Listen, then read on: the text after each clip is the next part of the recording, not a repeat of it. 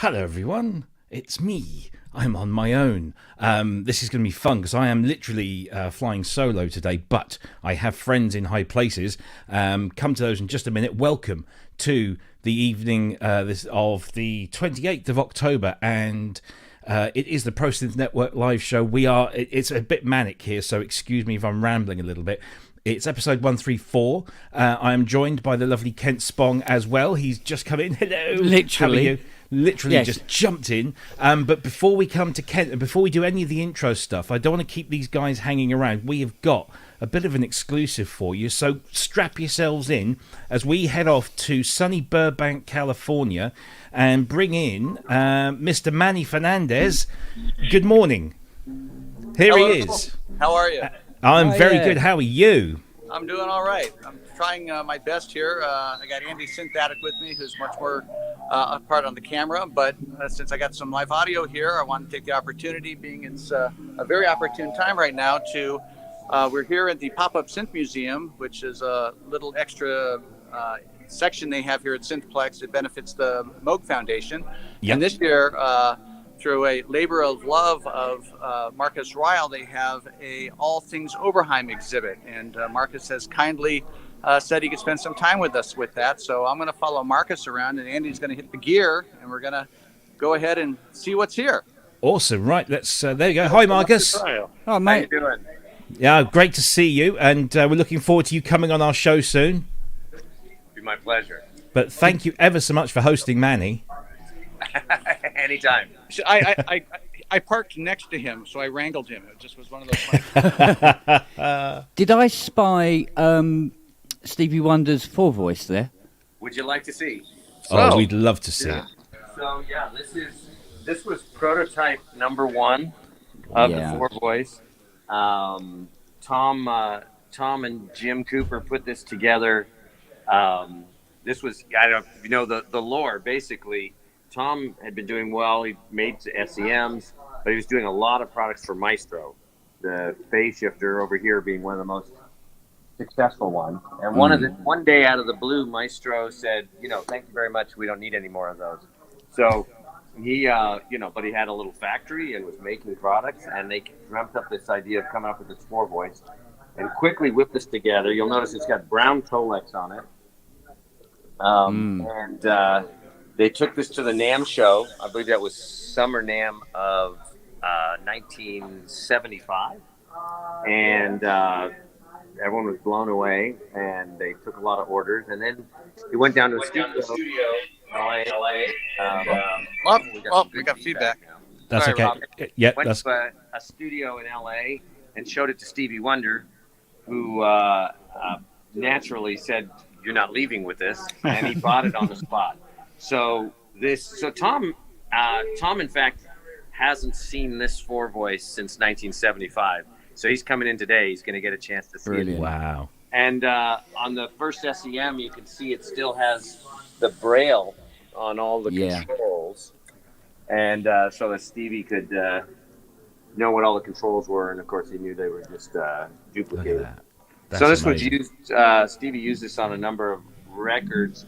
Actually, a synthesis producer by the name of Bruce Lowe worked with Stevie back in the day, and for some of the work he'd done with Stevie gave him this four voices payment. So we actually had no idea where this one was until quite recently. We thought it was in a warehouse where a bunch of Stevie's old gear was tucked away.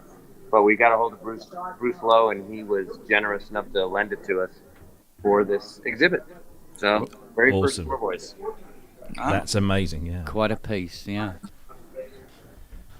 So that's an original two voice, yeah? Yep, this would be an original two voice. Rob Rosen lent this one. This is really Tom's favorite synth of the old era. Mm-hmm. Still quite fond of it. A lot of people are very fond of it. It was really quite versatile, and that came out about the same time as the four voice in '75. I love this We one. tour around a bit. Yeah. This one is The black one, This yeah. shows off the black SEM modules, of which those were certainly much more rare. This particular unit is owned by Michael Boddicker, and Casey Young had put this together originally for another synthesis, and then I'm told it then became Patrick Moraz's and then became Michael's. This is actually an EMU polyphonic keyboard. That was one of the first polyphonic keyboards in the 70s, which could actually create up to 16 control voltages and gates. Wow. So that was a nice companion for this 8-voice. And this all the voltage breakouts. Yeah, these were just mults of all of the. This was from the EMU modulars when used in those keyboards would have all the 16 CVs and 16 gates, and on mults, so you could easily send them to multiple voices. Very cool. And then we got the big boy here. Here, this is the 8-voice. This was one of Lyle Mays' 8 voices, and he. It's really a touching story. He, when he found out that Tom Oberheim, after having lost his company in '85 and everything, Tom had no original Oberheim product. And Lyle felt that it was just wrong that the father of this synthesizer. So Lyle gifted this to Tom. So this is owned by Tom Oberheim now, and Nice. Rob Rosen and the team at Rosen Sound have been working to restore it because it was in storage and a bit of disrepair. So it's now fully functional and quite a beautiful example. You see, it's got the CD and gate mods that Lyle had put on the upright. And then it's got its mono cousin right on top there. There's the Obi-Wan. The Obi-Wan. First version of the Obi-Wan. That one is Michael Bodeker's as well, and working. That's a great sounding Oberheim. You know, a lot of similarity to the SEM, but does have some differences, which are a lot of fun. I think probably the first fully programmable monophonic synthesizer, 1977. Wow. Yeah. Amazing. Yep. Want to keep walking through? We can go through the next 45 years. Yeah, let's do. Yeah. Sure. All right. So then we enter the microprocessor controlled or digitally controlled analog synthesizer era. So, you know, Dave Smith famously introduced the Prophet 5 in 1978, and that has a seismic effect on Oberheim. The 4-voice and 8-voice was king, being used on tons of records, and you know, Rush and Joe Zawinul and Michael McDonald, right? You name it, they were 8 voices everywhere. But the Prophet 5 really felt that, so orders pretty much stopped. So Jim and Tom found themselves in another dilemma.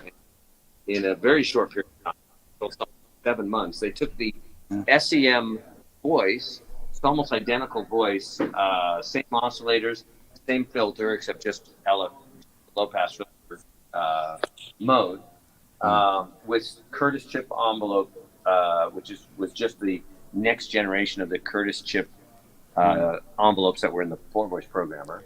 And they put this together, and in '79 took this to NAMM, so just 4 years after the 4-voice, and it was met with a great deal of interest. So that kept things going, kept things alive. OBX was very popular. That came out in '79, followed by the XA in 1980. Also in 1980 was the OBSX, which was a preset version of the OBX. A little bit of trivia. Often people think the OBSX is just an OBX with less controls, has the gray motif, but the OBSX was actually the first of the Oberheims to have a full Curtis chip voice architecture. Right. So it predates the OBXA. So this had 3340s, 3320s for the oscillators and filters, respectively. But it was structured like an OBX voice, so it still had the cross mod. So it's kind of this funny hybrid in between, but you could see the evolution was it was going towards the Curtis chip route, which is what was fully implemented on the OBXA next. Nice. And this next rack. Any questions so far? Yeah. We're all good? No, this is amazing. No, we're Keep good. going. We're good. All right. So I just gotta say, this is the rack where I fell in love with their stuff. This is the All system. stuff here. The Oberheim system. Yeah, we tried to represent this. Even have one of the first ads. I don't know if you can see that. Another fun bit of trivia. This is the only place you'll see this picture. Only one was made of a DMX with only 2 buttons instead of 3 on the drum machine. This was a funny bit of controversy in the company at the time. I could say I was one of the anti 2-button folks, but at the time there was someone there who thought, well, you should be able to do 3 sounds with 2 buttons on a drum machine because you can do 1 button or the other or press both. I explained, you're never going to be able to press both at the same time. Exactly. Which means you're either always going to get a flam or you have to delay triggering until you've decided whether both are pressed. It's not going to work. But we built one and proved it didn't work. So that's why the DMX was a little later, and good sense prevailed, and we ended up with 3 buttons. In any case, of the series, really the system started with the OBXA. That's what's in this picture. The DFX, which I did some work on the OBXA, but it was already. This is really where you started so much of your stuff. DFX was the first complete project I did myself. In 1981, that shipped, and followed by the DMX shortly thereafter. So yeah, this was the pre-MIDI way of making music, and the Police synchronicity and lots of other records that were made with this sort of a setup. The DSX has 8 CD and gate out, so we'd always hope to do some sort of expander, and that's hence the name expand, to expand. And so the original idea of an expander again was before MIDI existed, and why the expander is kind of a hybrid. The expander came out in '84, MIDI came out in '83. So the expander has 6 CD and gate in, which we're actually using in this setup. We're not using any MIDI right now in this setup, but of course. Expander had a very comprehensive MIDI implementation as well. Marcus, can I ask you a quick question? Is it true that the System, the band with David Frank, took their name from the System? That's what I'm told. Yes, wow. Exactly. Wow. And they wrote songs. They were great users of the System. So that was kind of fun. That's cool. Right. Very cool. As I recall, you've said in interviews in the past, back in the day, you did a lot of studio work getting these things going for people. Yeah, it was kind of a very good fortune. I mean, being in LA, being a keyboard player, the music side is what always motivated me about this stuff more than the technology. The technology was just a means to an end. And so I would get calls. I mean, actually, because of the System, a shout out to Steve Kipner and Paul Bliss. They were songwriters in LA at the time who wrote a bunch of hits, and they had written Steve Kipner and Paul. They'd written a song called "Heart Attack" for Olivia Newton-John, and that was I think the first song they wrote on the Oberheim System. So they asked me to come down to the recording session to help out and get some sound and do some stuff. So that was. I'm guessing that was in 81 or maybe early 82. And that was kind of my first official recording session, was on that Olivia Newton-John record. And then I just started getting lots of calls. So I ended up doing a lot of sessions in the 80s. I was partial to Oberheim, but once the DX7 came out, I had that. I had other synthesizers, obviously, for doing synthesizer work. But I have to say, my go-to was the Oberheims. I could always get what I wanted, just start a sound from scratch. And then the Matrix 12, this very one, was on a lot of records as well. Cool. These are the original ones I've had since the 80s. Oh, this is all your personal gear. Yeah, this is my personal gear. Rob, I got a question for Ken. Yeah. When he sees all this gear in one space, does it give him a heart attack? This looks like my workshop. Except there's more Oberheiming in it. There's lots of copies as well. I'll show you one other bit of trivia on the DSX that's quite self-indulgent, but it's kind of hard for people to realize at the time, but a big deal of these instruments was actually having an alphanumeric display. Right. I mean, you can even see in the first ad, it's actually called out. It says actual readout of the DMX display. And over here, actual readout. We were lucky to just have numbers, if any, display right on a product. So this was like a big deal. So I don't know if I would have originated it, and I certainly didn't coin the phrase Easter egg, but I thought, well, I've got a display. I should put my name in here. Oh, So if you put my birth date, which is 4/7/61, you see on the display. You can see Oh, look at that. shows up. That's so cool. That's Yeah. so cool. So that actually at the time we didn't call it Easter eggs. We called it the Hi Mom page. the Hi Mom page. The Hi Mom page, because anytime someone would be on camera, if they're on TV randomly, they'd wave and say Hi Mom. So that was for Mom, Awesome. show the work that we did. That's fun. You American designers, I mean, Dave Rossum did similar stuff with the Emu stuff, didn't he? Put little graphics and things in there. Yeah, they did some pretty clever little hidden gems. Amazing. Various products. We could go on that, but we got more products. We got more stuff. Let's go digital, yeah. All right, now we're moving that way.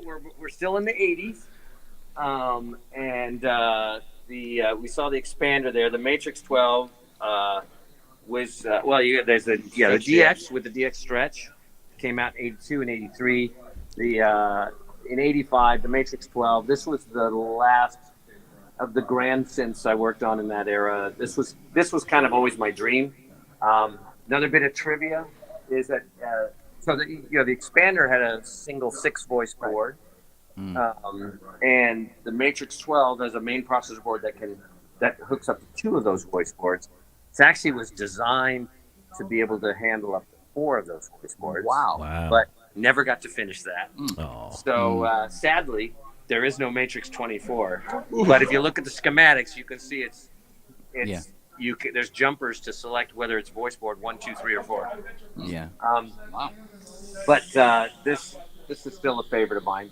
I did some work on the Matrix 6. The design was done before I left, but this actually didn't ship till after the first version of Oberheim Electronics sadly closed the doors.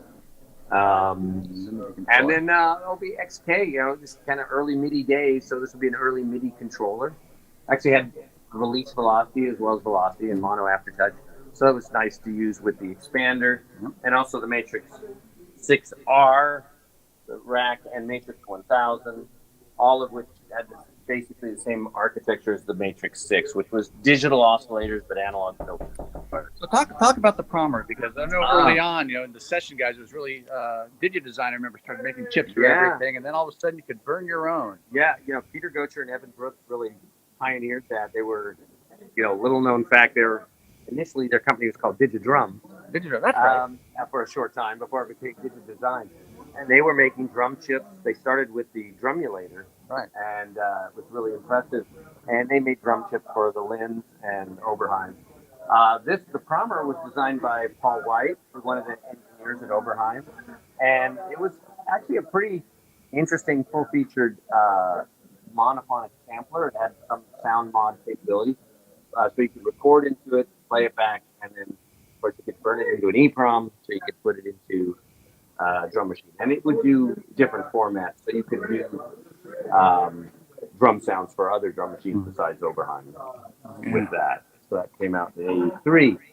Then I do have a little sign here to commemorate the Oberheim era that Gibson had. We don't have any of those products. The basic, not to disparage those products in any way, but we decided that this display would just be products that Tom was involved in. And at that point, he no longer owned the Oberheim name. So that 20-year period only had a few things that Tom that was the Marion worked stuff, on. right? He did Marion systems, and the MSR2 was an interesting synth, analog synth boards in here. This could accommodate 2 of them. So you could have up to 16 voices of analog synths there. Yeah. And there was also a Pro synth in a similar chassis, which I don't have here.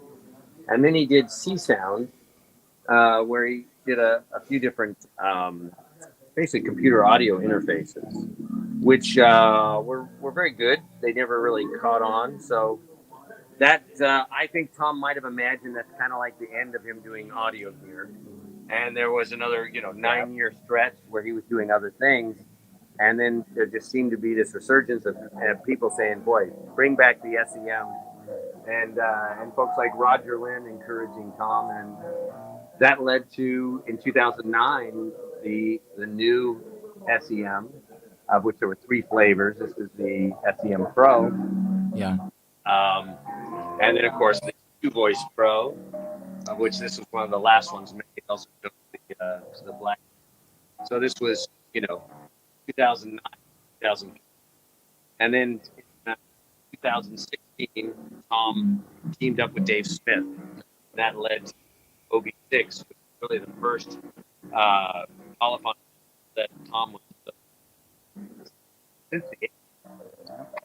and that led to, you got one bit of software demonstrated here that G-Force did an amazing job on the OBE, and Tom was really impressed with how authentic it sounds. So we helped G-Force in their version 2 make a few minor tweaks, and Tom believed it worthy of carrying the Oberheim name. So that's the only official Oberheim plugin.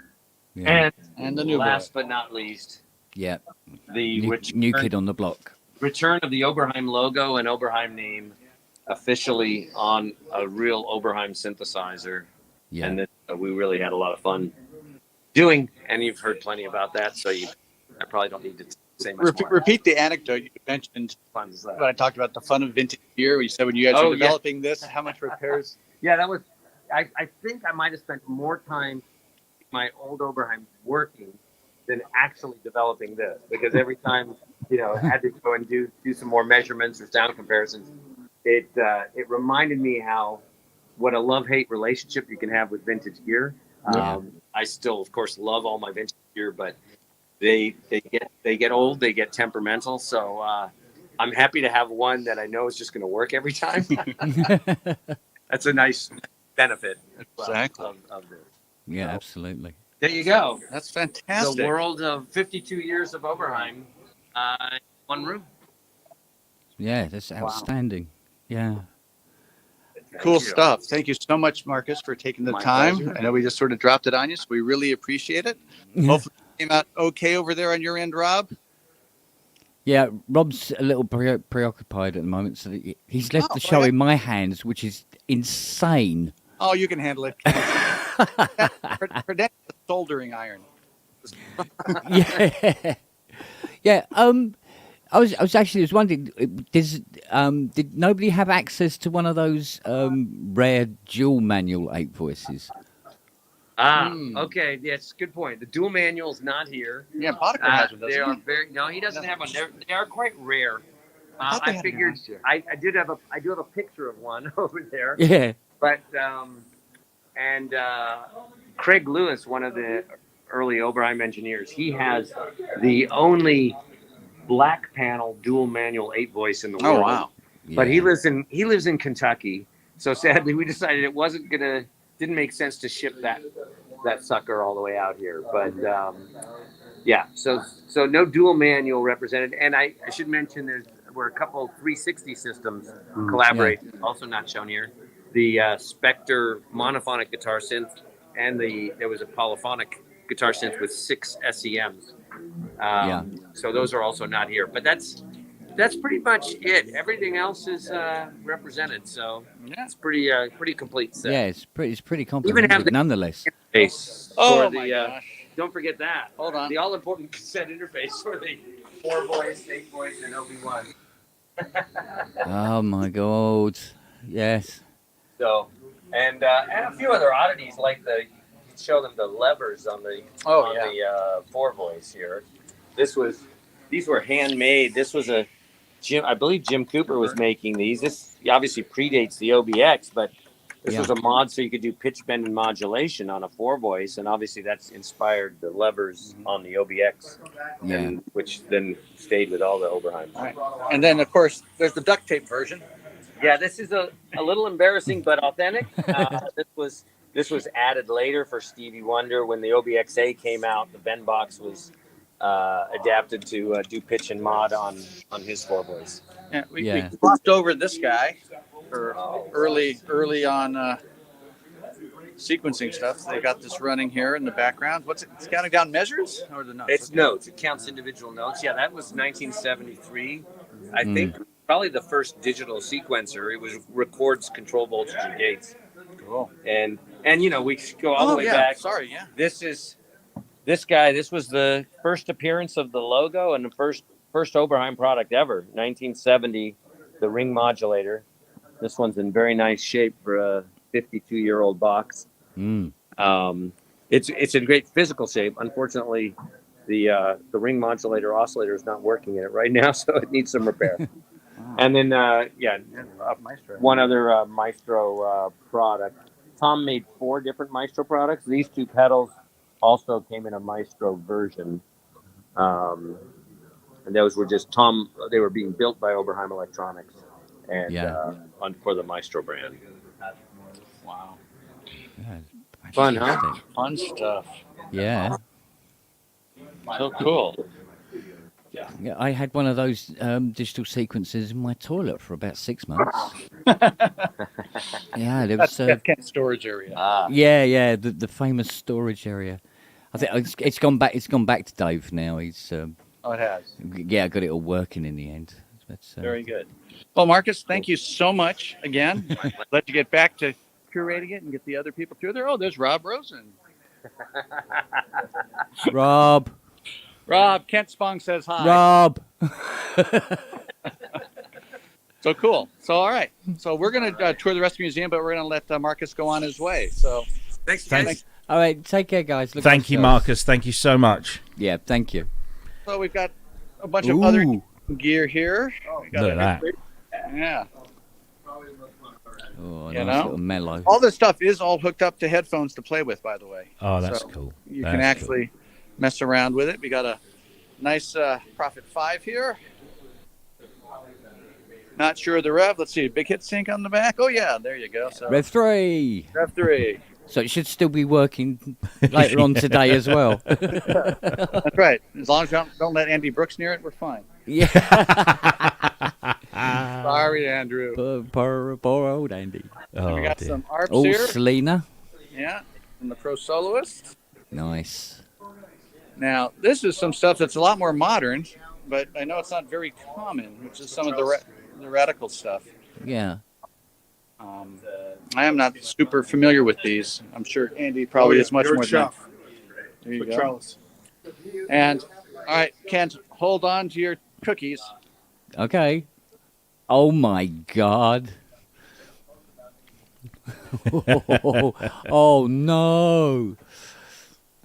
Oh, they are cute though, aren't they? You got to admit, the Polymoog looks delicious. Yeah, it certainly does. Ooh, yep. With those Work- TV working dinner everything. trays on top. Yeah. Interesting enough, you could get 4 Oberheim SEMs on that, couldn't you? Yeah. So, gosh, remember this guy? Holy moly. Wow. What's that? That's the Sequential Circuits Model 800. Wow, I don't think I've ever seen one of those before. No, I don't think I've had one of them come through either. Yeah. So, what you're hearing is this beastie. Oh. Oh, that's fine. Awesome. Oh, and that's Casey. So yeah, this is the Moog and ARP corner. And Nice. Casey's got it up with a couple of patches, and like I say, you can play around and they'll demo, and it's nice little environment here. Yeah. And we got a nice little 2600 over here, and then we got the Emu stuff and some other weird stuff over on Andy's cam. Yeah. Let's see if we can get that. There we go. Oh, there he goes. And Andy's a bit stuttery. I don't know if his connection's a little bit odd, but yeah, we'll sort of flip between the two. Yeah. There you go. And Yeah, they had this one out last year. I played quite a bit with this. This is kind of fun. They got the polyphonic rolling keyboard from this System 100 there, and then we've got some real vintage. Oh wow. Yep. This goes back. Look at all that. I recognise that, but I can't place it. Well, let's see here. Is it Pia? It's Buchla, isn't it? Yeah, it's Moog-Koussa. Is it? Oh, Yeah, it's Buchla. yeah, yeah. Oh my God. Yeah, and this is some original stuff in here. Model 180, Lord. 180, 155s, a dual oscillator 258. Yeah, Wow. Wow, that is something. so it's all here. Look, you got patch cables to Oh, make cool. it to make it burp. Yeah. Excellent stuff. So this is just a separate area they have here that they do as a fundraiser, and the Moog Foundation was the beneficiary this year. Nice. The main show is elsewhere, which we're going to work our way over to, so we'll connect back in a few maybe. Yeah, sounds great. Thank you ever so much, Andy Yeah, and Manny, and of course to Marcus. Thank you, Andy. We need some carpet shots before you go. What's the carpet like What's there? the carpet like? Come on. Oh, pretty nice. Look at that. Ooh. That's a pretty funky carpet. There we go. There's Andy's close-ups, the king of carpet cam. Yeah, excellent. Awesome stuff. Awesome. Guys, thank you so much. That was a real treat. Thank you so much. It's beautiful. Good. I hope you guys enjoyed it, and we'll check in a bit. We're going to go over to the floor. Awesome stuff. Thank you ever so much. Right, let's... so, in the midst of all of that excitement... sorry, I'm a little bit... My wife's car's just broken down. So, it's a bit fraught here at the moment. I've just arranged... Luckily, my son is with her, so she's not alone. I don't have to kind of like rush and go and grab her, but... she's not far away, but the breakdown cover is just not going to come straight away. So let me just pop Andy and Manny off the stream just there and bring myself and Kent back. Oh, yeah, wow. So that was unexpected. Well, I mean, it was expected. We knew, Andy, Manny and Andy had said that they would do this, but I didn't realise how cool that would be. Yeah. Oh, dear. Yeah. So, and yeah, sorry about that. So I've got my phone. Understandably, I'm kind of trying to make sure that she's okay, but she is. So, yeah. Bloody car. It only just had its MOT yesterday. And Not for that bit. A glow plug, I think, is the reported error or something. So, yeah, it's not very good. Not very healthy. Oh, well, never mind. Oh, more expense.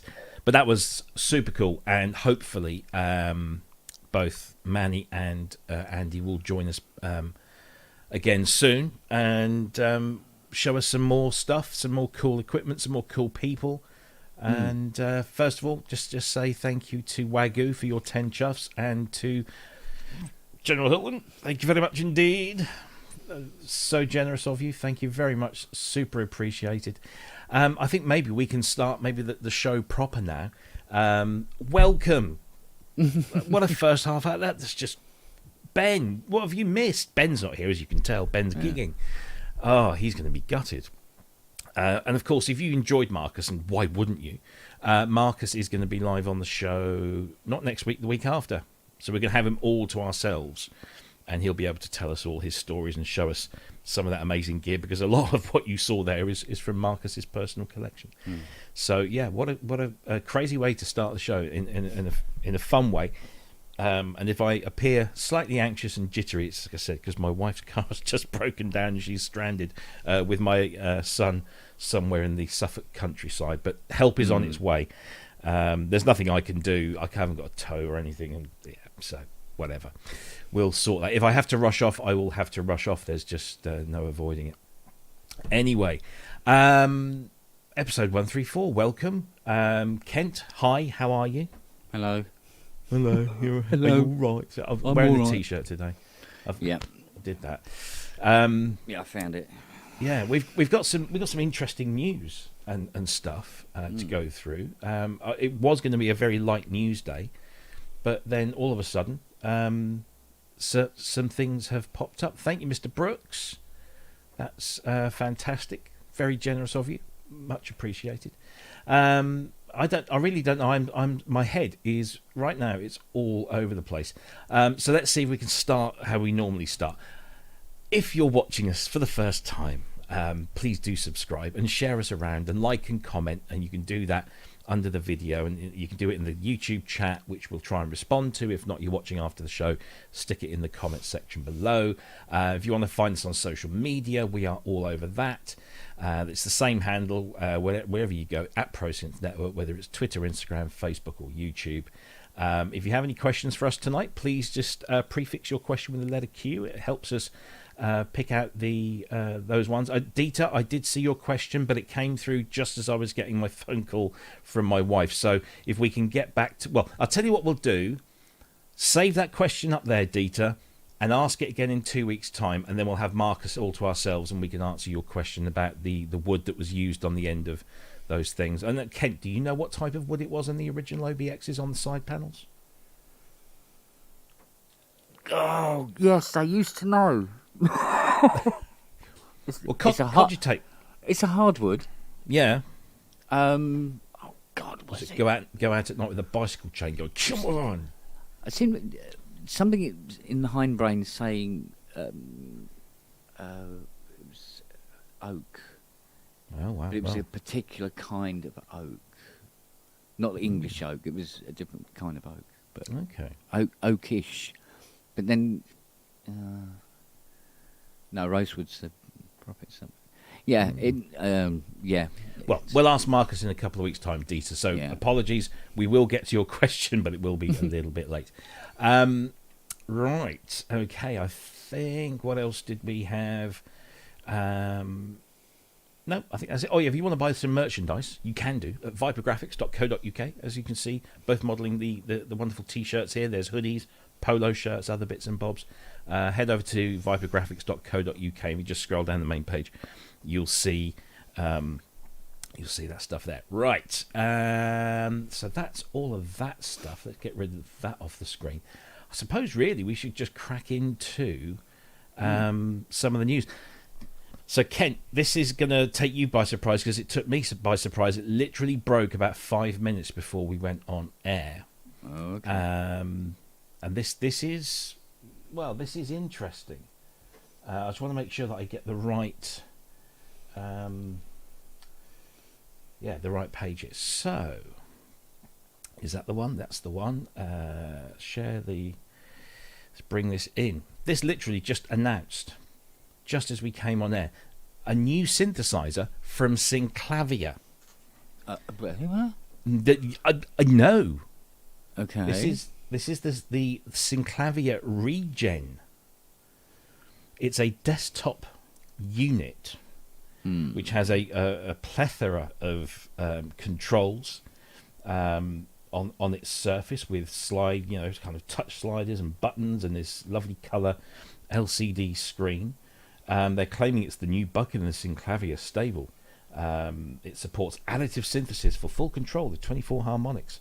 They've now added subtractive synthesis, allowing creation of supersaws, PCM square waves, and noise generation. Or you can use your samples for your carrier waveform. All of these different waveform generators can be mixed. You have up to 12 partials to use in your sound design creation. It's loaded with content, over 250 timbre presets, including 6 newly commissioned artist timbre libraries. Unfortunately, there is no demonstration video. There are some sonic examples, and I haven't had a chance to listen to them. So if I play one and it's awful, don't blame me. I haven't had a chance to audition any of them. But as you can see, I mean, it looks like a very well specified thing. Let's see if this works. And this is Arpegg Piano, an improvisation by Anthony Marinelli.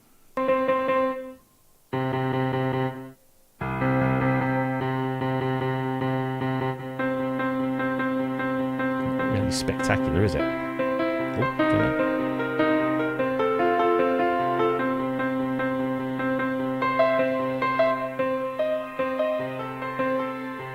Let's try an official one, shall we? Let's try this one here. This sound. Here we go. This is a bit more like it.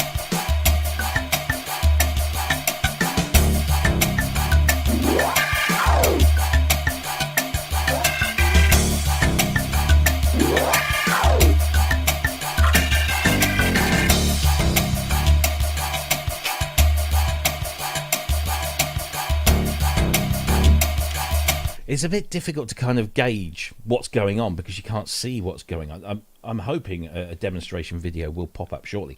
Have a look at the back of this thing. So you've got some balance outputs and some headphones. You've got 4 USB sockets there for accessories, whether that's controllers or whatever. And there's a host connection there as well. There was some slightly better images. Let me just stop that one and go to this other one. I think it was this. That was... I guess one of the biting questions is how much is this going to be? I'm going to save that for you, although I think some people in the chat have gone and had a look. So yeah, it looks kind of nice. It's a little tape, kind of a tabletop synthesizer. Got no sense of scale really. I'm guessing this is kind of, I don't know, sort of yay big. I don't know. Yeah, it's based on the size of the sockets on the back. Yeah, the SD card slot on the left-hand side there. Looks an interesting interface, I'll give it that. But this is all we know. They've just literally, the email came through, say about 5 minutes before we went on air, and I've had literally no chance to fully read up about it, but I'm sure we'll be learning more soon. So as you can see, it's 2,196 of your Great British pounds, or 2,499 US dollars, which I did check before. Tax, that includes tax as well, so that's what you pay.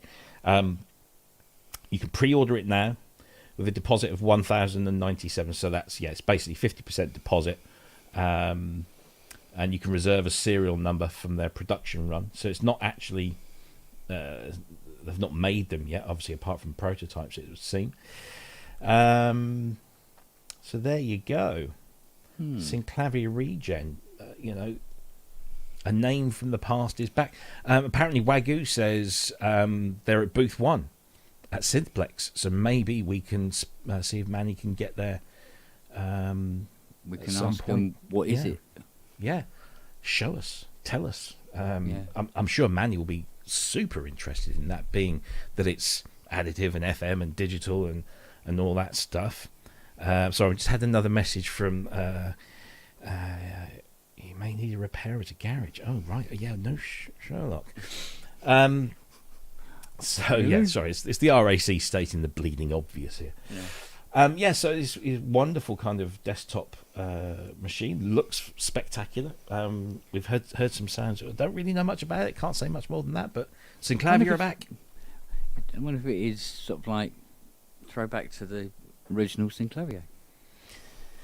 It certainly looks like it's doing similar things, with the partials and being able to mix things in and what have you. But it I think it's just kind of a modern take on that. I honestly, to be honest, I don't know a huge amount about the Synclavier, and I've never touched. I mean, Richard Hilton in the chat is the guy I guess we should ask if that's any good or not. I'm sure he's probably leaving some opinions.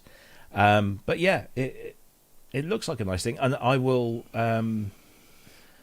The basic system was kind of like, it was an FM engine, wasn't it? And then you had you could upgrade obviously with more RAM and stuff like that, and you had the super sampler side of that, and there was a way of blending them together. So as I understand it, Yamaha licensed the FM synthesis technology from Stanford, and then a couple of years around that later, New England Digital sub-licensed it from Yamaha. So that they paid Yamaha to use this thing, and Yamaha was obviously paying Stanford.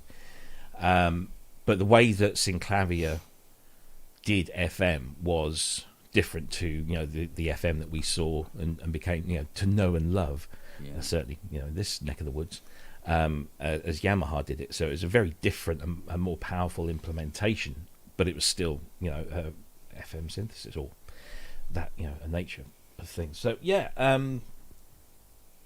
more as we get it, I suppose. Synclavier Regen, you can pre-order it now for 50% deposit, and the rest of the balance when they ship. they don't actually give an anticipated shipping date, but go to Synclavier. What's the website? It is Synclavier.com, and check that out. And yeah, more as we get it. There you go. Right, sorry, my head's all over the place at the moment, so I do apologise. So let's start where I was going to start, and that is that our friend, and friend of many people here, Mr. Mark Barnes, has just launched a new bank of presets, custom presets, for the Korg Modwave.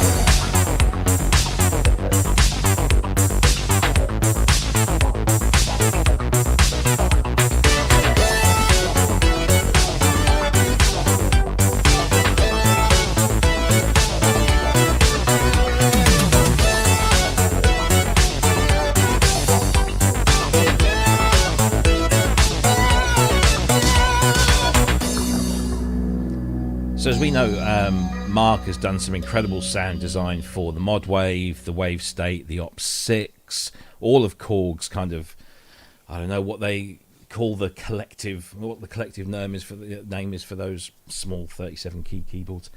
But they are available now, and if you have a Modwave, which I know you do, Kent, did you get a chance to play around with these at all? No, I've been having lots of computery issues.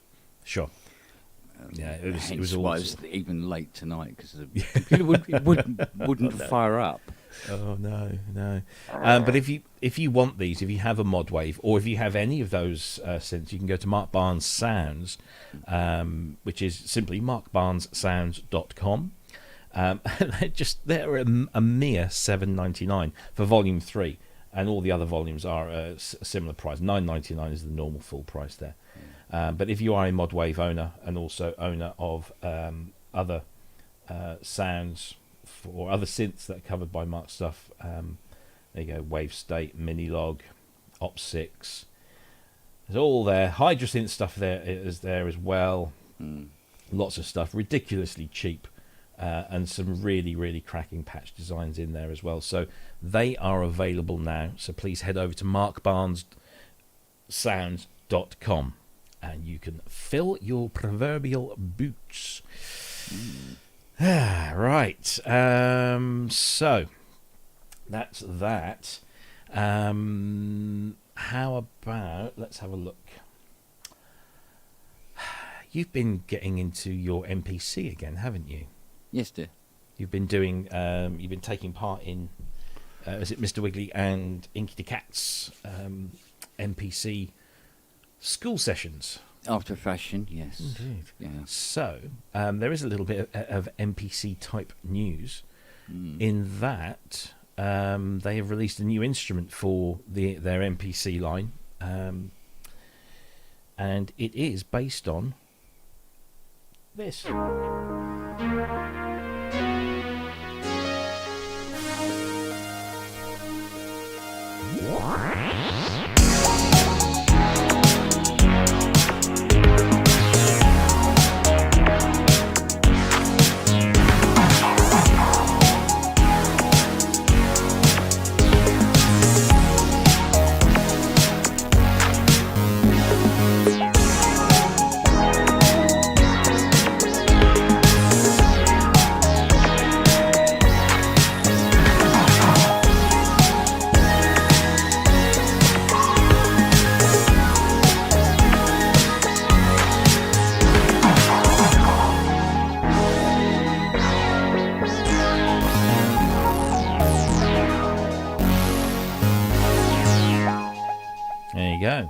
It is the Mini D for the Korg Akai MPC.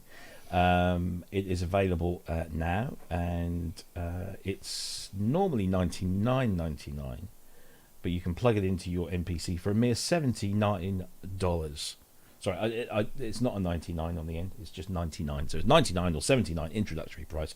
A demo is available for the MPC desktop version, which it will also work in. So you can have that as an instrument within your MPC desktop software, or within your MPC or Force, I believe. Interested? I'm finding that the prices of some of this stuff is sort of a little stingy in comparison with, other VSTs and stuff like that. But, I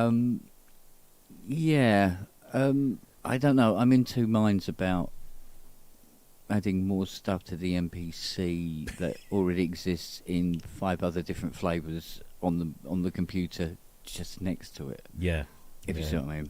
I'd rather, I can MIDI it and play those instruments instead, Yeah. I can understand if MPC is the centre of your universe and you're not using a computer, then maybe it's a sensible investment. But I think most people will have an MPC and something else. But do you know what I mean, though? If a company was producing a mini Moog clone type VST or a plug-in type thing, it wouldn't be $99. It'd be something more like $49. Yes, just a single instrument with some patches, sort of thing. That would make. So the pricing always seems to be a little bit, slightly different level. Yeah, with the Akai stuff. Yeah, it's an odd one. That accusation has been levelled at them before. When was it? The one of the previous updates when they added some of these plugins, and they said, if you haven't bought this, was it the MPC key? They brought some plugins out, and then they decided you could buy them separately, but it would cost quite a bit of cash. It does seem like they're on a bit of a cash grab.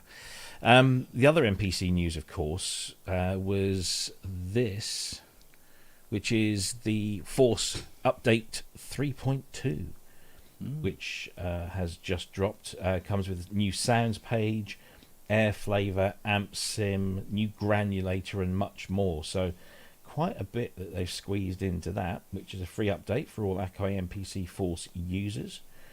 Probability and ratcheting, automation snapshots, track reorder, Force tuner, new air effects, new sounds modes, plug-in instruments. I don't know if it comes with that new one we've just spoken about, the D. Yeah, it does. Yeah. Or is that for purchase? Maybe. Oh, That'd be purchase. Probably will be purchase given what we've just said there. So there you go. So if you have a Force, there's a 3.2 update out for that. Again, not something I'm even remotely knowledgeable about. So there we go. Akai have done some stuff. Let's see. Well, I don't want to burn through too much of this, but I am conscious of Manny's still out and about. He's not come back in just yet. I'll do that one in just a minute. Yes. So this story's been sort of causing some consternation around our community, and that is the story that Ise-Nin have decided to discontinue a bunch of their stuff, namely Iris 2, Break Tweaker, and Trash 2 plugins. So they're going to discontinue them. They're going to support them, I believe, for another 12 months, and then that's it. So there'll be no further development, and then no support after 12 months. But as long as your computer can still run those plugins, you'll still be able to do that. So it's kind of kicked up a bit of a stink in the community. People are saying, "Oh, well, this, you're just cutting us loose and no updates." And but then isn't that just the world of software? And shouldn't we be used to that by now? Yeah, I think so. I mean, I guess they're basing it on sales. I guess they're basing it on, can these things do something that can be done elsewhere? I don't know. It just seems odd. Everything has a shelf life. I get that. Yeah. And it just seems that a bit. I can understand. I mean, I'm not personally affected by this, but I know some people are. Sorry, I've just had. Let me just bring this man back in here. Here he is, Mr. Manny Fernandez. He's by a Modi X8 Plus, no less. I've been streaming to the Pro Synth show because we were doing the walkthrough over there. Here we go. Go horizontal. Tell him, Manny. Say hi to Blake Angelos of Yamaha. Blake Angelos, welcome to the show. Great to see you. So this is the main room. I'm just cruising around. We got Yamaha in here. We've got ASM in here. We got a couple of other retailers with some fun stuff. I got to show you this thing because, of course, George Jetson's got nothing on Max Rebo over here. So, look at that. Catch you later. I've only ever seen Saturn's pictures rings. of this. Look at that.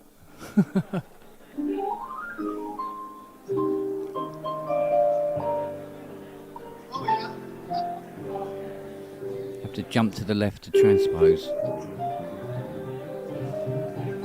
I mean, it's a feat of engineering, if anything, isn't it? Yeah. There's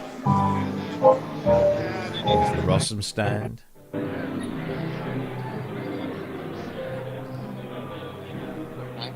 Chris Blythe. It's Chris Blythe. Chris Blyth, Chris. Puricelli is on Pro Synth Network. No way. Hi, Robbie. How you doing? How you doing? Look at him. What are you doing there? Walking around doing some proper things here. Are you actually working? Well, I'm not really working, no. But since the guy from Synth said that I could pop up and they got me a ticket. So Nice. My wife said, my wife booked me a hotel room and said, stay up there for the weekend, have a good time. Oh, amazing. Yeah. Absolutely amazing. Oh, really cool to see you, mate. I can't see right now. I'm on the other side. We need to turn this thing around. But you don't need to see me. You don't need to see me. It's great to see you. Like, How let me see are the where fair lights coming on? Hold on. All right. We can do that. There we go. There we are. Oh, no, that's not it. How do we do it? Now you got to flip the camera. Can you give me the full cam? Oh. All right, settings. No. Oh, did it before. Settings. Camera. Front camera. Front camera. There we go. Ah. Hey. Hey. Can you bring us the show feed? Let's see. Let's do that. How's that? There we go. There we go. Yeah. Oh, we're on. How you doing? So how's the building the Fairlight coming along? Oh, it's going great, and quite a few other Fairlighty things have been happening recently. Ooh, But nice. the next episode I'm going to put out is actually going to be chopped into about 10 episodes that I'm going to release every week because putting together like an hour-long thing takes a long time, as you know, and so I'm going to put them out much quicker. So with any luck, we'll have a flurry of new episodes coming out. Flurry of Fairlights. There you go. Yeah, you know. You heard it here first. Amazing. Well, listen, Chris, enjoy your time at Synthplex. Enjoy the whole weekend, as your wife has commanded you to. Yeah. Yeah, it's fantastic. All the best to everyone. Yeah, Well, great to see you, Chris Take care, Blythe, mate. everyone. Let's give him a round of applause. He's an exhibitionist. Awesome, thank you, Manny. And we got ASM here. So who's that behind you? Is that anyone we know? Is Glenn or Ken there? That's Alex. No, that's Alex. No. Glenn was here earlier, but Okay. Ken's not out for here. I think he's Oh, that's a shame. still recovering. Okay. So is this the main show floor then? Yeah, this is the main show floor. Let's bring you full screen. Here we go. I recognise that guy. Yep, that's the guy from Sitar. And then we got the official sequential booth here. Nice. Good to see those guys there. All the rolling stuff. Oh, all the boutiques. Now, somebody tells me on booth 1, there's a new Synclavier. Really? It's a new desktop Synclavier called the Regen. We wondered if maybe you were. Are we going to see Manny run? Run, Manny! It's Casio. Wow, yeah. So let's see. I'm going to go back here to third wave. Oh, Oh. there's Bob. I see Bob's silvery hair. There he is. Yeah, there's Bob in the third wave. Bob Coover in the house. Mark, yes. Yeah. Yep. Hi to everybody. Gary is Check. one of our worst. He's got like number 6 or 7. Number 6. Wow. Wow. Well, he's a legend. He deserves it. Yeah. Awesome. So I have to tell you, in terms of excellent customer service, they're replacing a board for an encoder and a button on my unit Wow. as we speak up in the suite. Awesome. Brilliant. That's good stuff. Yeah, Good no, to hear. If you get it and you don't like it for some reason, we've got a 3-week guarantee on it. And obviously I got to look at the website, but I want to say it's 2 years. I might be sticking with my mouth on parts and labor. So yeah, I mean, we want you to like it, and every time I play it, no matter what else is happening, I get a big grin on my face. Yeah. Like, wow. Awesome. Exactly. And that's why I'm so happy I have it. And I got to tell you, the passion that these guys have for bringing this to market and making sure it's great is fantastic, Rob. Brilliant. Yeah. Yeah. I mean, Yeah. We can't wait to see them over here. Yeah. so, yeah, that's right. They got their CE Yes. certification, right? Absolutely. Yeah. Oh, it's great to see those guys. So I'm going to head out of the hall here and make my way to the next room over, because I think we're in 2 or 3 rooms here. Okay. So is it a really big event? I mean, compared to say NAMM, let's use NAMM as the yardstick. Compared to NAMM, this would be like a 50th in size. Oh wow! So it's still quite a small thing. It's larger in exhibitors and space than NobCon, but it's that same sort of vibe. Okay. This is very much for end users and such. So let's go in here. Sounds like there's some interesting stuff in there. So I found Andy again. He's over here at the Noise Bug booth. Look what we got here. Oh, hello. Schmidt. Hello, my little Schmitty. Oh, we like Schmidt. Yeah. There's Andy filming carpet and modules. I'm such a newbie compared to him. He's got all the gear. Yeah. There you go. Bless him. Oh, God. Oh, this is the new. That's what Robbie was just saying. Ah, there it is. Look at that. There it is. So there you go, folks. Look at that. I know where I'm coming back to later. Yeah, absolutely. 12-part multi-cameral and tons of polyphony. Wow. And just 2499. Yeah, Rob had mentioned it. I said I hadn't seen it yet. It's portable, DC powered. Oh wow. Ooh. All right, Cool. let's go down this way, see what's down here. Oh, we got the motor synth, or whatever the that guy. Yeah. That's Nina. Yeah, Got the that's it. Dina. Yeah. Very cool. I have to try that out later. Hey.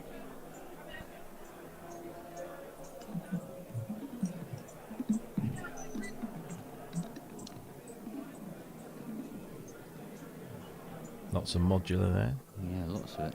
Mod BAP, yeah, you could see Mod BAP there.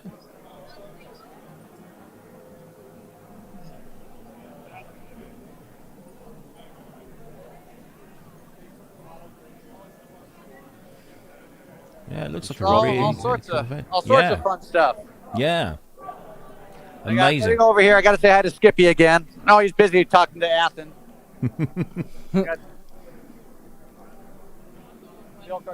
Hey! Hey! Hey! From the floor, we got Athan Bilius, of course, John Skippy Lehmkuhl, a plug-in guru. Plug-in And guru, Jeff. yeah. Wow. Yay! Wow. Great to see you guys. Good. So I was just telling a story about the first time anybody heard a wave station patch. Oh, This is a good story. oh, that's good. Yeah, so we're down here, and that's Yeah. the show. So Is this the Peter Schwartz story? no, because That's a Peter different was story. there. That's a different story. So but it involves Peter. So what happened was I flew from Japan because I was working in Japan, and I went to San Jose, went to the office, and they had the first 2 weigh stations, and they had them, they were working, and they said, John Bowen, you go in one room, and Athan, you go in another room, and make 3 patches. You have 1 hour. Okay. Right? And so we had already kind of read some, a basic manual, knew the concept. We come out, and I played my first sound, and it was kind of like a take on Teenage Wasteland, the Who thing with the filter, which was actually an organ, the da-da-da-da-da-da. And it was like, I played it, and I was like, yeah, this is really cool. And John was like, oh, that's weird, because I did one, and it was kind of like that, and he played his. But all the engineers are looking at us like with this weird look on their face, like of displeasure. And then John goes, okay, I'll play another one. And he plays a patch, kind of like this patch. It has the classic weigh station, no drums, but all the rhythmic percussive things going on it. That Peter got very right. famous for. And he plays it, and I go, oh, that's so weird. I didn't one just like that, and I played one different thing, right? And we're going like, oh yeah, this is really great. Oh, John, yeah, that was yours was really cool. And the engineers still have this weird look on their face. And Dave Smith is sitting in the corner, and Dave had this weird sense of humor, and he smiles and he goes, guys, you sound designers always do that to us, but currently, wave sequences don't sync to MIDI on. So the engineers were listening to our patches and realizing they were not going to get any sleep for the next 2 weeks because they had to make it sync. The deadline was not going to change, but they had to sync into MIDI. Oh, that's classic. Otherwise, it's like such a cool story. That's a classic. So Skippy and the guys are here. Great. Thanks, guys. Loving plug-in Unify. Loving Unify. Oh, yeah. Cool, Rob. Brilliant. So, for those of you who don't know Athan was a product manager at Korg for many, many years, and he was at Yamaha. That's right, yeah. For quite a while.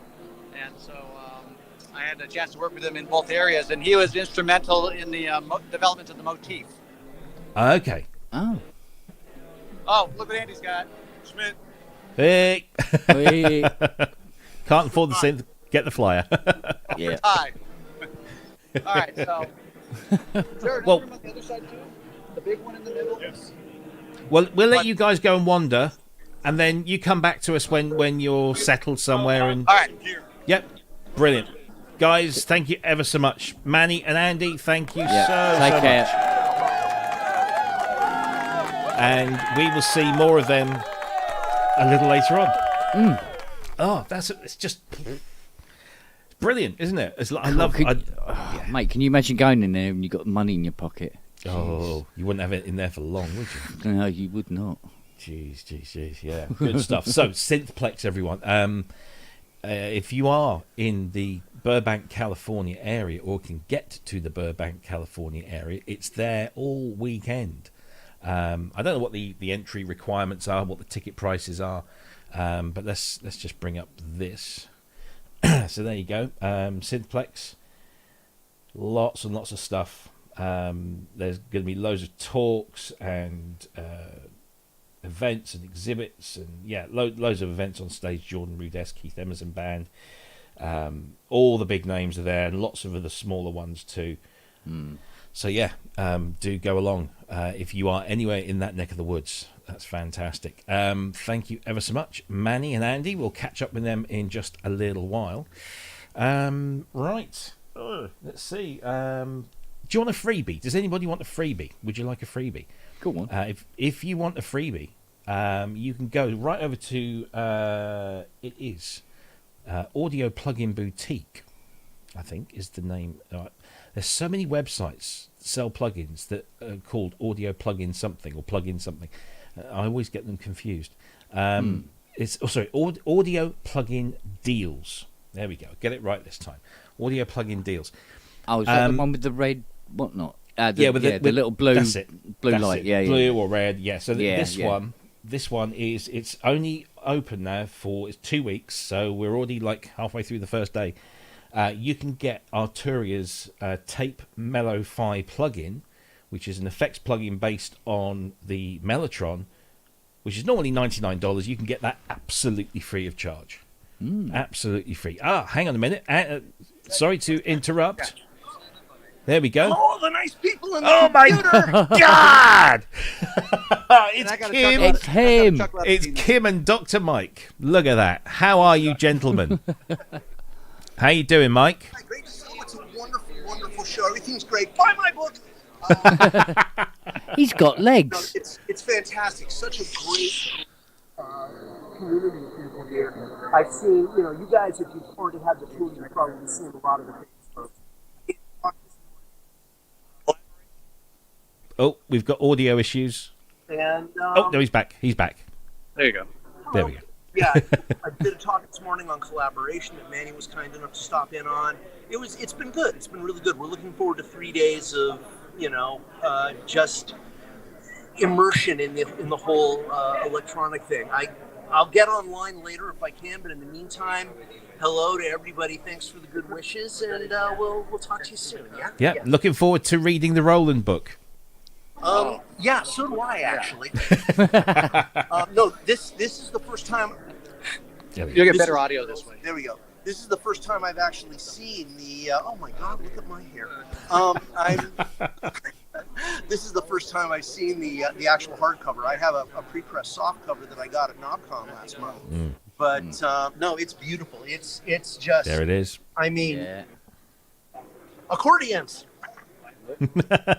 Gotta have accordions, and Weird Al Yankovic makes the entire book worthwhile.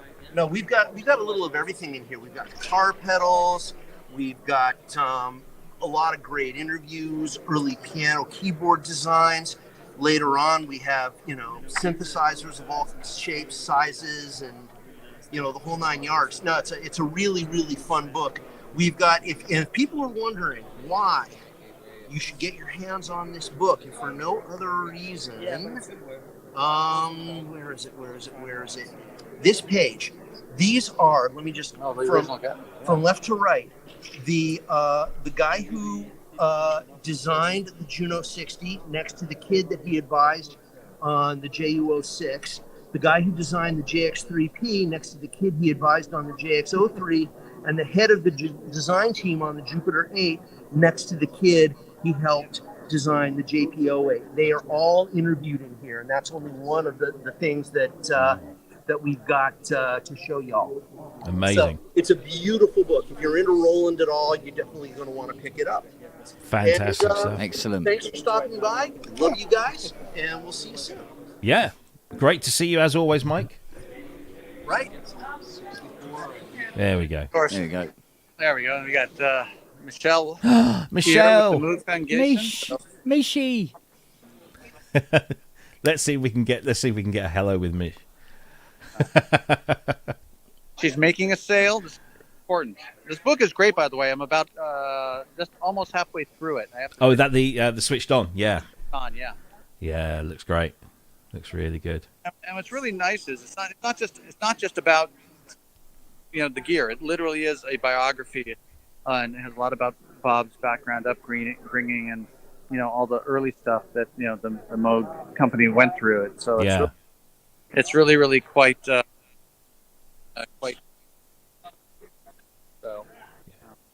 we'll bug her in a minute. Yes.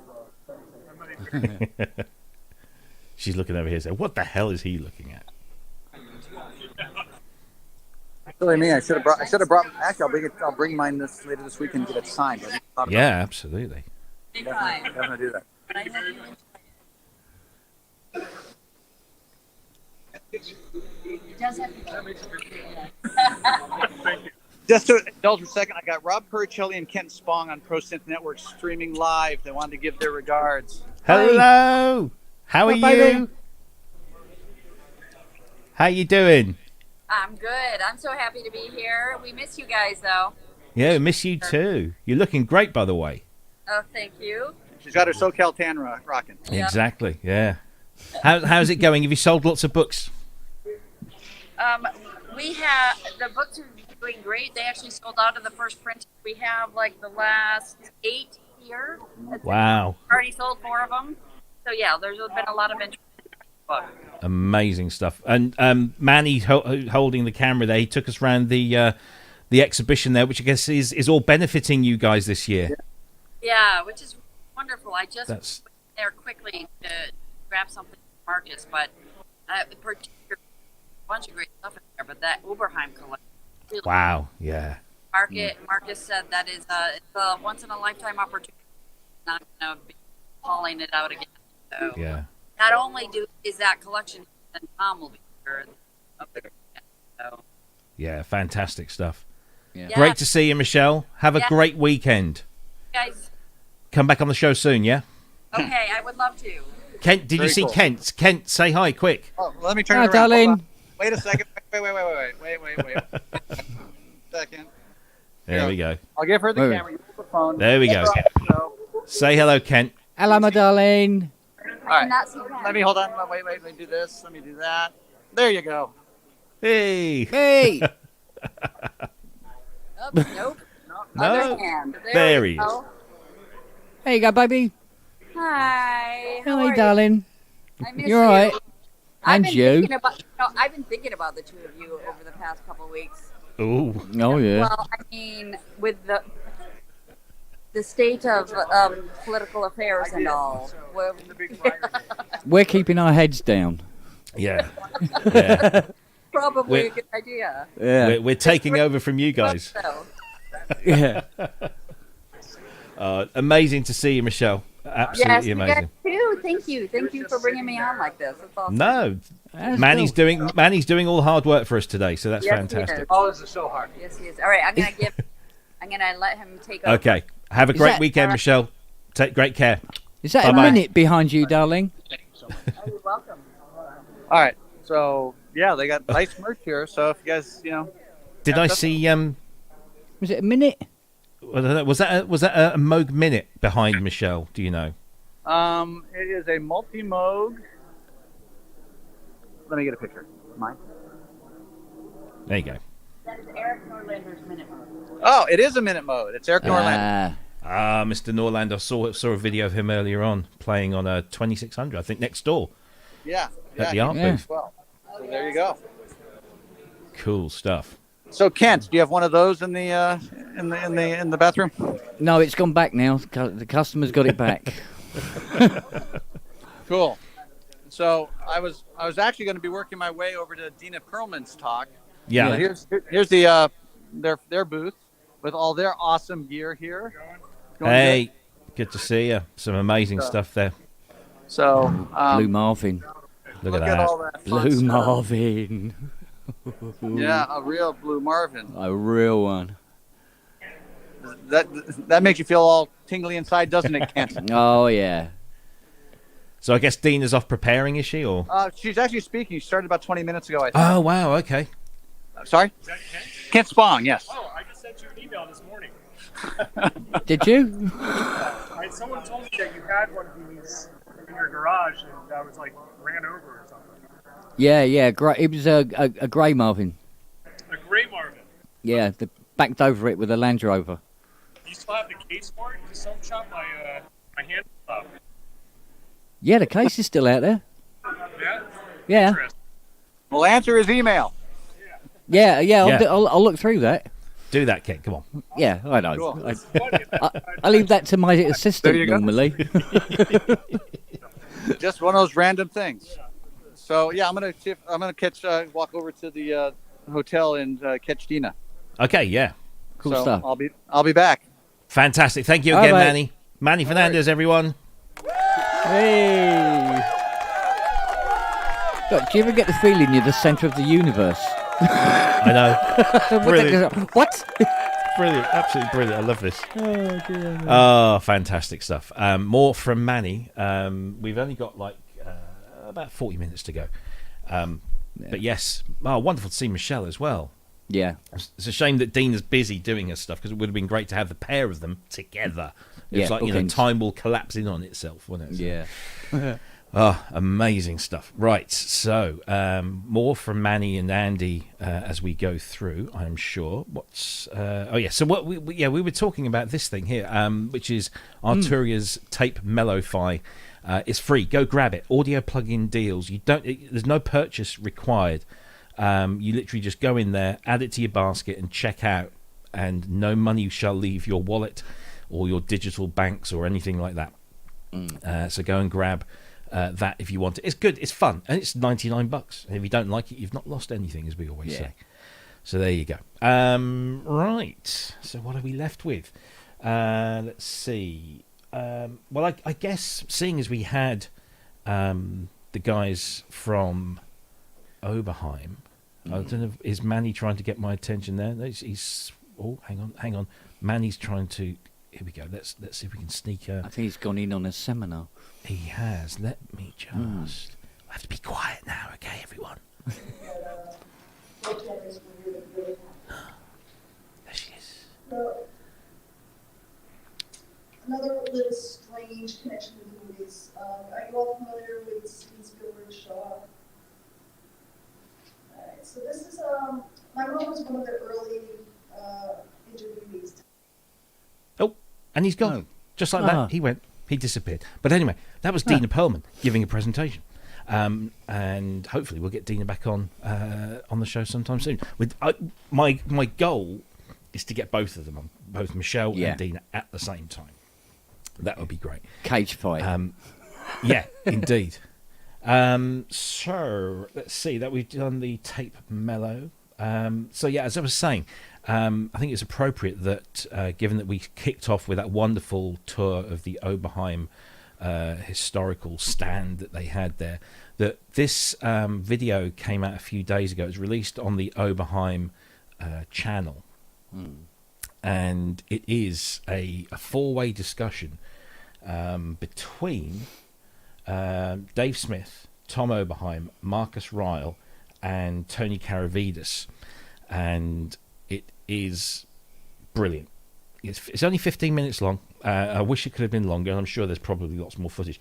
They recorded this, and it was going to be put out around the same time as the OBX8 was launched. But of course, when Dave Smith sadly left us, they respectfully held it back and have now just made it public again. And you really should watch this. It's just one of the amazing. Really interesting things in this instrument, the OBX8, is the fact that on one hand, a quick glance at it, and it looks like many machines that have come before, both Oberheim and Sequential and possibly others.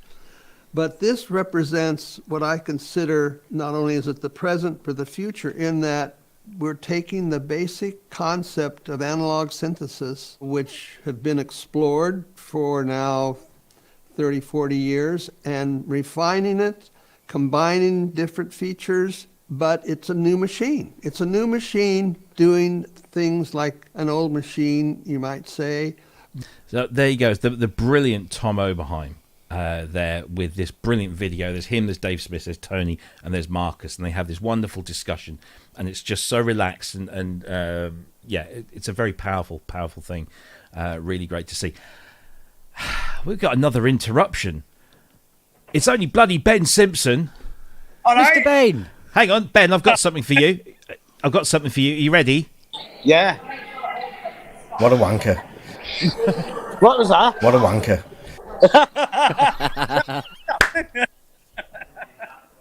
I did that especially for you, mate. How you doing? I can't hear you very well. I'm at the Old Courts in Wigan. We've got a gig here tonight, and we're on with Dots. Oh, tickets still available on the door? Not many. It's pretty packed out there. I don't know if there's any, really, to be honest. But, oh, yeah. Well, if you're in Wigan, go there. Yeah. Sorted for pies, anyway. Yeah. Mate, yeah. You've missed a hell of a show. Yeah? Yeah, we've got Manny Fernandez and Andy Synthaddict on camera at Synthplex in Burbank, California. We kicked off the show with a half-hour tour of the Oberheim stand. There was Stevie Wonder's 4-voice. There was pretty much every Oberheim that ever existed. And Marcus was giving us a tour. It was stunning. Oh, fantastic! Yeah, and Sounds excellent. we've bumped into all sorts of, well, say Manny has bumped into all sorts of people. We just spoke to Michelle Moog-Koussa, Bob Coover from Third Wave, all these other. It's just been amazing, mate. It really has. Brilliant. That sounds great. I can't wait to catch up with that later. Yeah. And in the midst of all that, my wife's car's broken down. She's stuck outside, and I can't go and get her. Oh no! I know. No, there's help is on its way. It's just been a chaotic couple of hours, but yeah, there you go. Brilliant. So how you keeping, mate? Good now. Yeah, I'm fully recovered. Back on the gigging circuit. Yeah, we've got two. Good. We've got another one in Halifax tomorrow. Okay, double header. Nice. I was wondering if I could spin the camera around, but I don't think I can. I'll just do it like that. There's Vicky. Hello, Vicky. Hey. There's Phil over there. Oh yeah. He's rock and roll coffee. And I think through here is the stage. There's some Dots people. Nice. They're friends of Mark and Paul from here. Oh, okay. It's all very incestuous up there, isn't it? Yeah, it's a small world. Yeah. So I'm going to try and get Paul and Mark on the show. Yeah, please do. That'd be great. What was that? I said, please do. It'd be great. But I mean, you're like a guest at the moment yourself because we never see you. I know. Yeah. I don't think I've got a gig next week though, so I should be back. You want to be on next week's show? Yeah. Can we book him in? Oh yeah, let's book Ben for next week's show. Special guest. Yeah. Special guest Ben Simpson. Great to see you though, mate.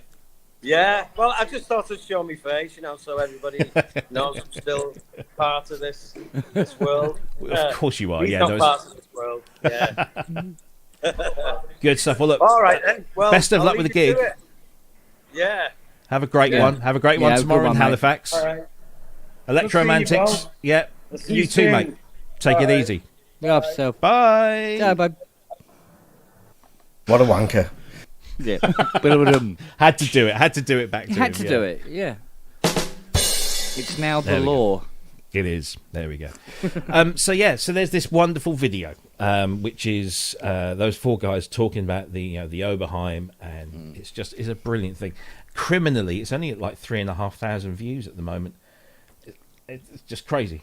So go and give that. Yeah, go and give that a watch because it's two of the greatest synthesizer designers of all time, and then two of a slightly younger generation. Not so much younger, but kind of. I would say Marcus and Tony are probably proteges of Dave and Tom. So a generation behind, kind of thing.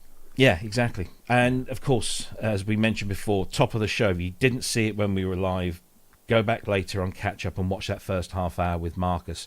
But don't forget, Marcus will be on this show in 2 weeks' time. He's going to be on here, and we'll have him all to ourselves. Look forward to that. But fantastic. Go and watch that video. It's called Designers Talk. It's on the Oberheim official YouTube channel. So go and give them a subscribe, and then go and watch that video and just be moved and inspired. And it's a fantastic thing. Right. I think we've got a couple of things left to talk about. One of which is this, which didn't really get me excited or moist about the gusset, as they say, but it's a new library from our friends at UVI, and it's called Soul Bass.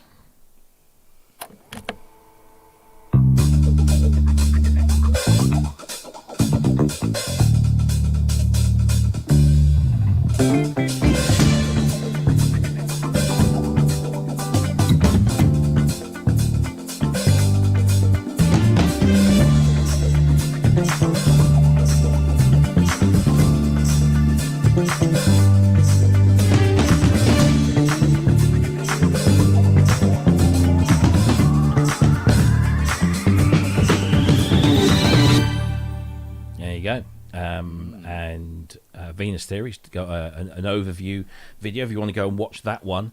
But yeah, this is an interesting thing. Not only is it just a bass guitar sample library, but it's also got plenty of grooves and elements that you can just drop into your track. So if you're not a particularly good bass player, or just not a bass player at all, you can use this in your productions. And it is at an introductory price of just a mere €59, normally 99. But of course, if you subscribe to UVI Sonic Pass, it's there. It's in the basket. Just go and get it. You're already paying for it. But yeah, there's lots of effects and different types of bass sounds in there, and rhythms and sequences and phrases and all sorts of stuff going on in there. I find these really useful. Because I can't play bass guitar, so when I want something sort of authentic, these sort of things are great. Haven't had a chance to play with it, so I couldn't really tell you what it's like. But it sounds pretty good. It's kind of it's got a flavour, the soul flavour, hence the name. It's not going to cover all sorts of different styles, but yeah, not bad. What do you reckon? Yeah. The pricing is good as well. Yes, definitely. I mean, I do have a lot of bass libraries, bass guitar libraries already. Some of them I wanted, some were thrust upon me. Because there's certain iterations of contact that you get, and you go, you've got them. There you go, they're already there for you. But they are quite good, as like Scabies ones and stuff like that. So yeah, but the pricing of this is good. So yeah, if you need some decent low end. And you want to get the sunglasses on and do lots of yeah baby get funky and all that, then yeah, this is for you. Yeah. I think what I like about this, by the way, thank you Mark Acker for your donation, superb. Thank you so much. The pricing, the pricing is really good, but the fact that it seems to me like this is content. It seems like UVI are now building content for their subscription service. Yeah. Small, useful little tools, rather than lots of big, expansive libraries. And I think it seems to be maybe that's the way they're going. Just drip feeding little bits. Sense. Yeah. There's loads of companies that are already doing huge, big, expensive libraries already. Yeah. So yeah, gear to their own player. Yeah, uvi.net is the website address, and it's called Soul Bass, and it's available now for €59, down from 99. Right, so let's see. Last piece of news that I've got here, because we've burned through, even though we've had all of these wonderful tours around the place. Black Corporation. Them of Deckard's Dream and Deckard's Voice, and Ise-Nin. I don't know how you pronounce Ise-Nin. I don't know. Anyway, Ise-Nin. We'll go with Ise-Nin. It was their take on the Jupiter 8. Now they've done the same thing, and they've released a voice in Eurorack. So there it is. This is all we really know about it. It's a Eurorack version of a Jupiter 8 voice. Is it just one voice? Is it all 8 voices? I don't know. I think it's just the one. I think it would be the one, yeah. Yeah, no idea. It just says called Ise-Nin Voice with an expander module featuring all CV and audio ins and outs. No information or pricing yet, but if you're going to go by Deckard's Voice price, that was $699. Wasn't cheap. None of their stuff is, though. It's highly regarded. Sounds great, but yeah, so that's kind of been stuck out today. No further details. We've got it over on gearnews.com, so go and read Robin's little write-up there if you want a little bit more information. But yeah, not entirely sure about that one. I mean, it looks great. I'm sure it sounds fantastic, but $699. Yeah. Okay. Lots of money. Yeah, there's a certain degree of snake oil with these things, because if you're mapping out a Jupiter 8 voice, the thing that makes the Jupiter 8 sound like the Jupiter 8 is the filter. Right. And only the filter. The rest of it is pretty generic. So you could get the Jupiter 8 voice with any selection of modules you may have already, and then just put an IR filter, from the Jupiter 8 in there and run through it, and you'll get a Jupiter 8 voice. So yeah, I mean, by the looks of it, this is that coming? I don't know. That doesn't look particularly clear. But you've got 2 VCOs. You've got the VCF, the VCA. Yeah, we're sort of bereft of any more information than just that front panel to go with. So, who knows? Yeah. Who knows? Yeah, but like I say, the thing that would make that special is the IR filter. Yeah. And everything else is pretty generic, to be honest. The square waves are square. The saw waves are saw shaped. It's the envelope. Yeah, absolutely. So anyway, $699 is the suspected price of this. We're not going to commit ourselves to that, but yeah, Black Corporation doing what they did with Deckard's Dream, bringing it down to a single Eurorack module for you to play around with. So yeah, there you go. That's that. And I think that's all of our news. And I know this is, I'm really, really sorry, but as I mentioned earlier on, as we were going through Marcus's wonderful tour, and we thank him so much for that, my wife contacted me, and her car has broken down just outside the village. Now, thankfully, my big son is with her, so she's safe and she's protected. But I feel compelled that I need to go and try and get this all sorted out and everything. So if it's all right with everyone, I'm going to shut the show like 20 minutes early. I know that Manny and Andy might have been able to bring us some more amazing stuff. Hopefully they'll record it and we can play it out later. But if it's okay with everyone, I'm going to wrap things up so I can go and attend to my betrothed. And unless, of course, you want to single-handedly do this yourself, but I wouldn't want to lump that on you. We've only got like 20 minutes left to go, so yeah, I think we could always like fire up a. You could fire up a pub session, couldn't you? Fire up a pub. Yeah, I could do one of those. So yeah, continue it that way, and then because I mean they're what 9 hours behind?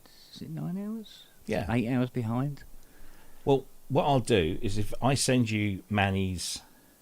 Actually, no, what I'll do is we'll sort something out and we'll send a link to them so they can dial into your show. Yeah. We'll do that. I think Manny knows how to get in there. So anyway, we'll do that. But listen, Ken, thank you ever so much for joining us, as usual. As always, thank you. As always, thank you very much for your wonderful insight. Thank you to everyone in the audience and to who joined in the chat for your participation. I hope you enjoyed that. I certainly did. It was amazing to see so many cool faces and cool people and cool gear over in Burbank, California live. So you might not be able to get there, but you can come here and get it as well. So that's really cool. Yeah. Now, we do have a special guest for next week, but we're not going to tell you who it is just yet. So if you want to know who our very special guest is next week, make sure you subscribe to this channel. Make sure you come and join us over at the Facebook page. And and all our other social media channels. And as soon as we are able to tell you, we will. And you're going to love them. You're absolutely going to love them. And it's going to be great. It's going to be fun and enjoyable. And fantastic. So make sure you join us for next week. And then, of course, the week after that, we've got Marcus Ryle. So he's going to be back here on, and we're going to have him all to ourselves. One bit of news. Unfortunately, David Gamson, who was going to be on December 2nd, has unfortunately had to postpone. But the key word there is postpone. So David Gamson won't be on December 2nd. He'll be on some other time. We've got to arrange that, but we've had to rejig some things. So in light of all of that, to everyone that's been in the chat room, to all your donations, thank you so much. Really, really appreciate it.